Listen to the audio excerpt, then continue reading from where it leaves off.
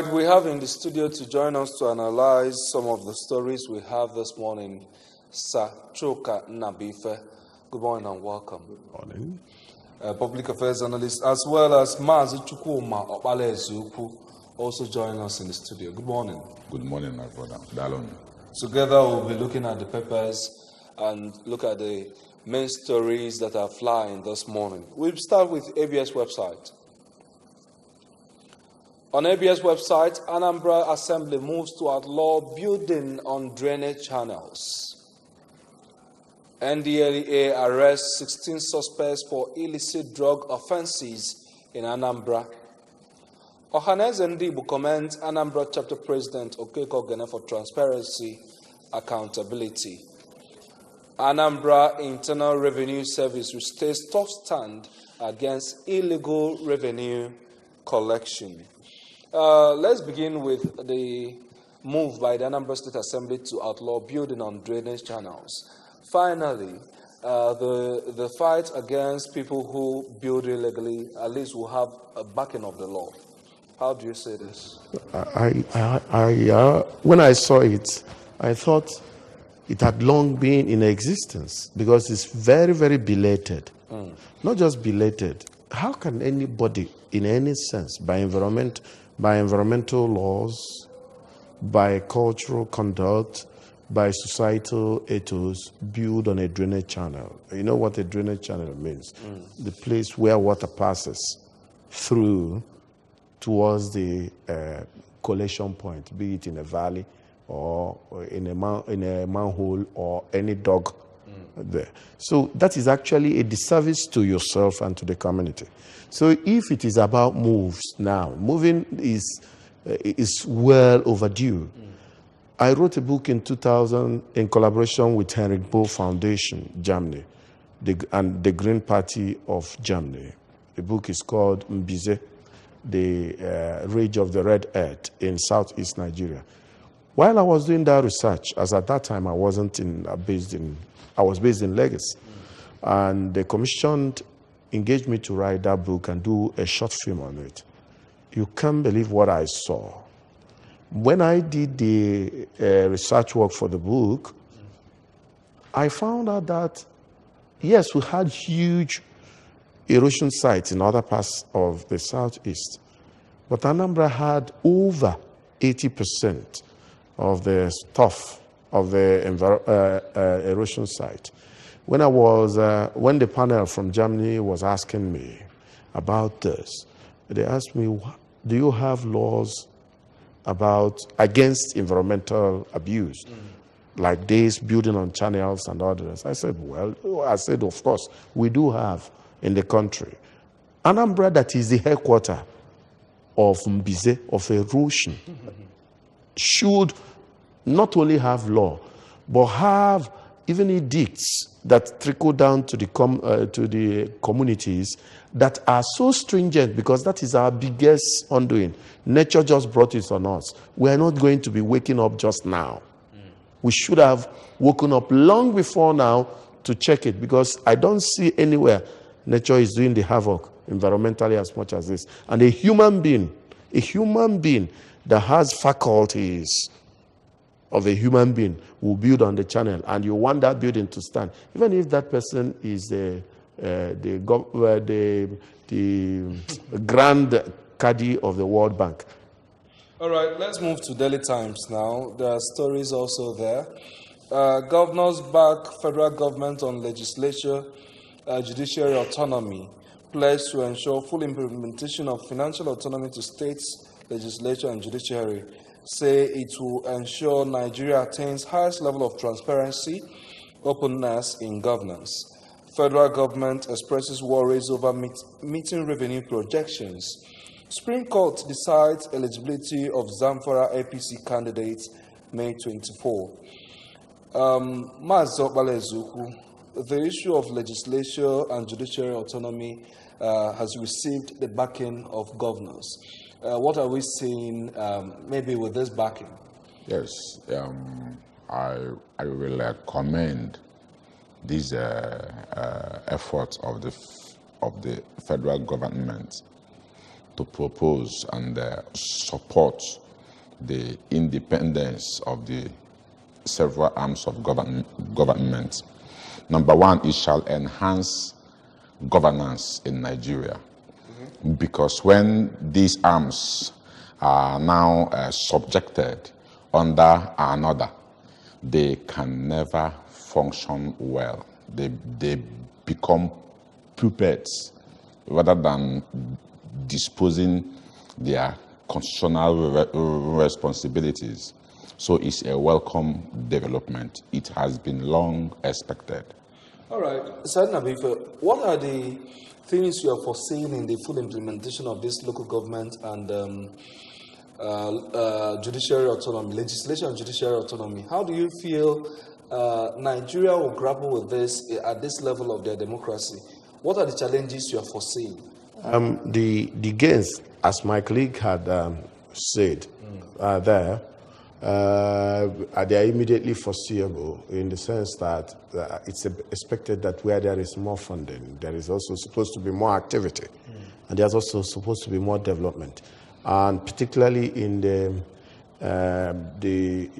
area of the legislature and the judiciary, they have some needs. They have some needs, and even the local government, grassroots, you understand. There are needs for development so that they will help the federal and the state governments too.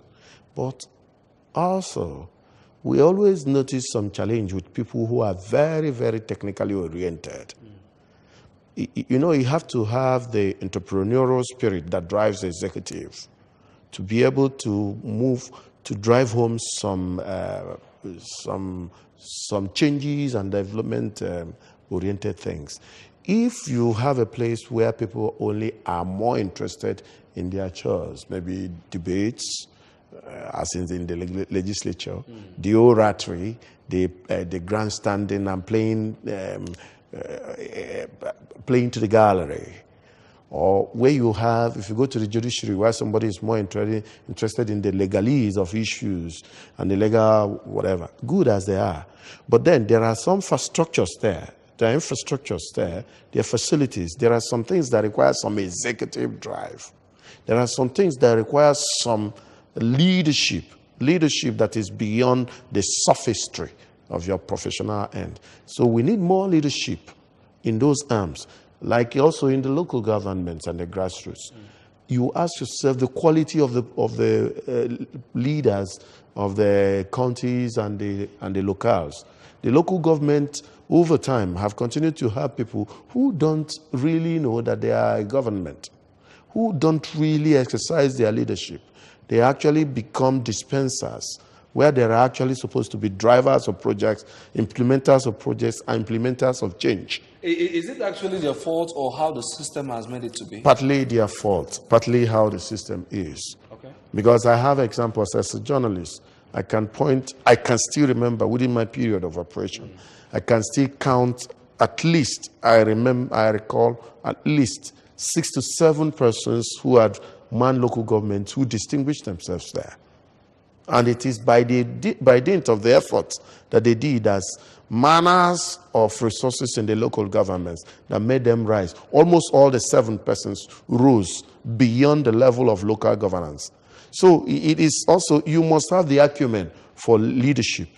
You must have the acumen for developing. You must have the acumen for standing for what you believe. You must have the acumen to aggregate people's opinion, bring people together. That is leadership. It's not a handout status. It's not a place where if they give me money, I work. That is actually tokenism. It's not thinking like you want to advance. All right. Let's move to the Punch newspaper now. On the front page of the Punch, Paris Club refund. Federal government set to pay 649 billion naira final tranche to states. National Assembly okays June 12 as Democracy Day. Cybercrime suspects unleash dog on EFCC operatives.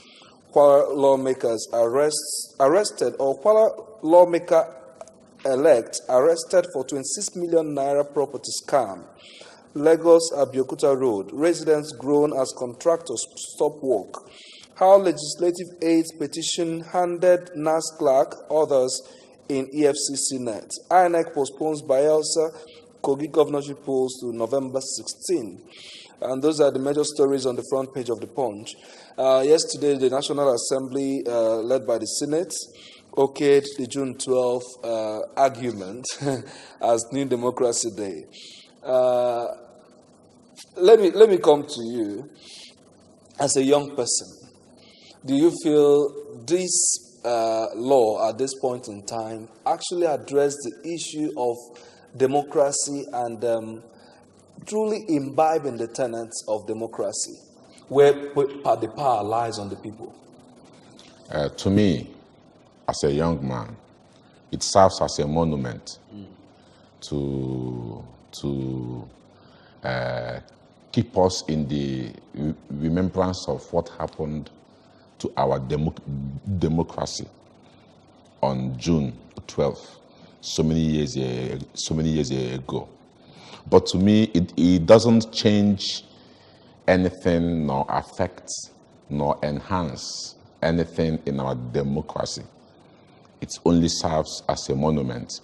We need to work hard, consciously, to ensure that we deepen democracy in Nigeria, particularly Anambra Ntolobia. We have a lot to do. We are not against it, but we are not impressed at all. We are not countering it. We are not impressed. It's just a monument. It's just a monument. A monument. Is it just a monument for you? For me. I'm coming to San Nabifa. Yeah, the argument of June 12 has merits, but it also has some distractions. I didn't say demerit, note. Of course, if he says the monument, June 12 is referring to June 12, 1993. So most youth of today who have political consciousness and political activity may not have known much of it. Okay. That's understandable, 26 years ago. However, the argument on June 12 is a little bit of heads down, leg up. If you view it, there is actually more like placating some progressives, and it puts some light to some factors that also make democracy there. Okay. For example, the May 29 issue is the fact that is the day of transition of government. It may also works in a way that then you have a government, transit a government, and then 2 weeks or 3 weeks after, you understand, 2 weeks after, you begin to have the celebration or whatever of the democracy. It's actually tautological. It's actually a repetitive thing. Okay. But whether June 12th or May 29th, what matters most in the democracy is governance, good governance. And good governance doesn't matter because it is good governance. Good governance towards, you can have good governance without having progressive development. Okay. It's good governance towards progressive development that bears, that is important, that bears positively on the welfare of the people. Because you can also have some progressive development that may actually be progressive and for a monopoly, for an elite or for a lower class. So it is, the democracy matters most if it brings good governance, and good governance that yields good progress for the people. So all these semantics about May 29 or June 12, they matter for symbolism. But the mass on the street, the masses will enjoy it, the country will enjoy it well if democracy brings us good dividend. Good dividends. All right, let's move now to the Nation newspaper. On the front page of the Nation, still the 649 billion naira Paris Club refund ready for states to share. Minimum wage finance in the works. Sector upbeat over Mefele. Senate approves June 12 as Democracy Day. Editors seek waivers on newsprint. Others. On the front page of the Guardian newspaper, at last, National Assembly okays June 12 as Democracy Day. allegation of overthrow, a despicable lie, thus article insists. Guild of Editors election, leadership and lingering credibility crisis. I think that's an opinion there. Outgoing, incoming governors spar over last-minute policies. Anger as Fayemi sacks 2,000 Fayoshe appointees. Bauchi governor-elect incubate trade wars over debt profile. Let's look at this issue of last-minute policies by outgoing governments and incoming ones. We've seen cases where an outgoing governor begins to flag off projects 2 weeks, 3 days, or even a day before he leaves government, and then the new government comes in and starts struggling with those kind of policies. How do we balance this? How do we ensure that new governments do not come in with mounting challenges of, will I call it, indecision or late-minute decisions by governments that are outgoing? Let me start from you. You see, there's nothing like an outgoing government. Okay. It is actually pure lazy, armchair critics' use of word. It's lazy journalism. There's nothing like, a government may be outgoing by description, but there is government until the midnight of the day before the new government comes in. And look at how democracy preserves it.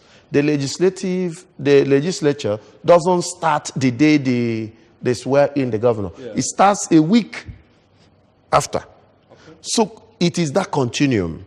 But when we begin to bandy words that begin to rub off on the society, you begin to think that what a government is doing on its valedictory is not law. It is. If a governor chooses to sum, or a president chooses to sum all his projects 2 hours to his swearing in, it is still his government, and if he signs it, it is still his signature. And it's still binding. Good. And where the legislature does its work, that is meat for the dish. Because you will also consider it based on the fact that, oh, this man is going and he did this, or this woman is going and he did this. So they will do their work before even they also go on their own.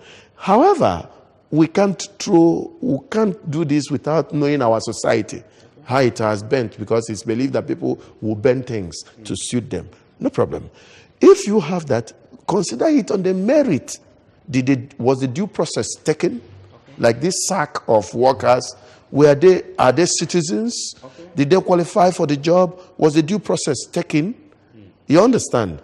It's not a matter of because I am from party A and the man in party B was in my office. And that is where journalists should be worried. Okay. Media men should be worried. When people begin to throw up about what they will do when they have not got into office, it actually belittles the man who comes in. Cases where we have something that looks like two governments in a state. You can't have two governments. The law has made it that the man on seat making policies even when he has not been sworn in. Just like what the expression I had, the House member elect. There's nothing like that. You are not, member is when you have okay, been admitted. Let's, in a minute now, tell us your view on this. Do you agree with him? Sure, I agree with him because governance is a continuous thing.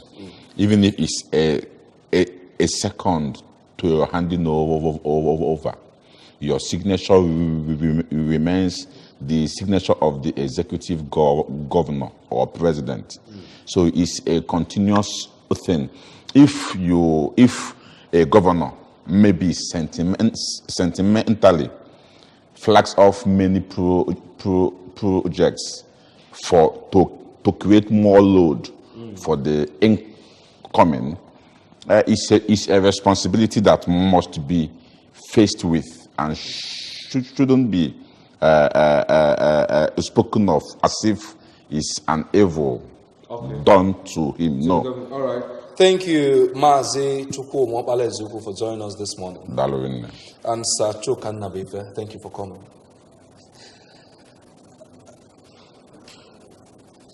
All right, that's how far we'll go on the show as we looked at the papers this morning. Dalon.